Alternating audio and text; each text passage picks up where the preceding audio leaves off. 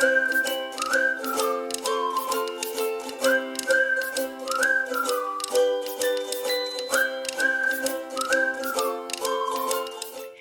guys, welcome back. I am Jordan with Team J's Classroom Fun, and welcome back to my YouTube channel.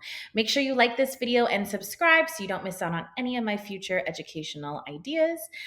Today I'm going to be continuing my series on literacy stations. If you missed any of my past videos, feel free to go to my YouTube page. I do have a literacy station playlist, and you can catch up on any ones you missed or ones you need to see again. Today we're going to be focusing on a reading response station, and part of my goal when I share these station ideas is that you can literally take these ideas and implement them in your classroom. Now, some stations are going to be geared more towards the younger primary, so like K2. Some are going to be geared more towards upper elementary, and some of it too will just depend on your students. The other thing that's nice about these ideas is you can take them and differentiate them to meet the needs of your class. So there's different ways you could use these. Now, reading response station. Oh, hold on one second. I'm getting ahead of myself. So these are the past topics I've covered. Introduction, I talked about how to set stations up, management of them. I did reading and text station, and then also ideas for fluency station. So if you missed any of those, like I said, feel free to go to the playlist. And today we're going to talk about reading response. Now, reading response is definitely one, in my opinion, that would be geared more towards upper elementary. I have used it with very advanced second graders before. I think second grade could do it, but I definitely think like third, fourth, and fifth, definitely this is more kind of in their ballpark.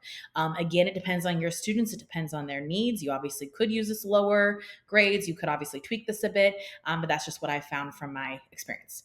So one of the ideas of what they can do, and with reading response, what the goal is whatever book they're working on, picture book, chapter book, any book they're working on, their goal is that they're responding to what they're reading. So they're doing a written response with what they've been reading. And so they can use, whether it's, you could even have them use like a classroom book, like maybe you have a story of the week or a read aloud that you're working on, or maybe there's like a book study that you guys are doing. So you could use those books, or you could use their independent reading books. So one of the first things they could do, this is one of their ideas, is you could write a diary entry from the perspective of one of the characters. So this is a fun one because they get to write a diary entry. They get to pretend they're someone else, and they're trying to write it like acting as if they were that character. So what would the character write about? What would they tell about in their diary entry? And this is a great one, and the kids have a lot of fun with it. Other ones that we have, they can write a new ending to the book that they read. I know sometimes kids, and I know even as an adult, there's some books that I'm like, oh, I didn't like how that ended. So what they could do is they could take whatever book they've read and create an entirely new ending to it. Also, graphic organizers, another thing they could do. I know we use Scholastic programs where I'm at, so they have some organizers that we could use, or any other organizers that you've introduced and used.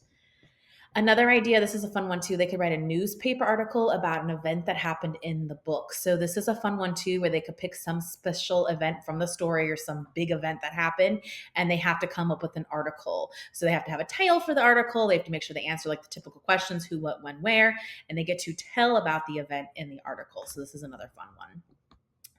Another idea too they have is they can write a letter, which this is good too, because I know many of us have letter writing as one of our standards that we're working on. And so for this one, they can write a letter to the author, and then they can tell them in this what they liked about the book or what they didn't like about the book, or even both. So this is another fun one where they can do some writing. So what I love about this is you can obviously have even more ideas than this. This is just a few to get you started, but this can be tailored to different books. And what's really nice about that is it doesn't just have to be like, okay, oh, this is only about this book and these questions only fit this book. This is something that's very open-ended, and you can use it with a lot of different books, which gives you a lot of flexibility and makes this a really good station to use.